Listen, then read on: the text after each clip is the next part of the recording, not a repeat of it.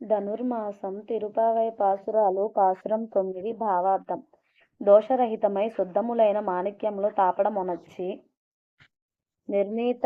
నిర్మితమైన భవనము దాని చుట్టూను ప్రకాశించడి రీతిన దీపములు వెలుగుచుండ విలాస సూచకముగా అగర్ధూపములు గుమగుమలాడగా ఆ శ్రీకృష్ణును రావాలంటే రాక ఏమి చేస్తాడనడి ఉపేక్షతో సర్వలక్షణ సమ్మితమైన హంసతూలికా తల్పముపై నిద్రించెడి ఓ మామగారి పుత్రిక, కాంతి వల్ల గుర్తు తెలియక ఉన్న నీ మాణిక్య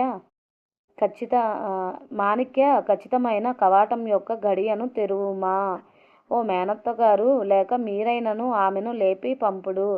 ఏమమ్మా, మీ అమ్మాయి మూగేయున్నదా, లేక చెవిటిదై ఉన్నదా, లేక అలసత్వముచే బద్ధకించుచున్నదా? అదియూ కానిచో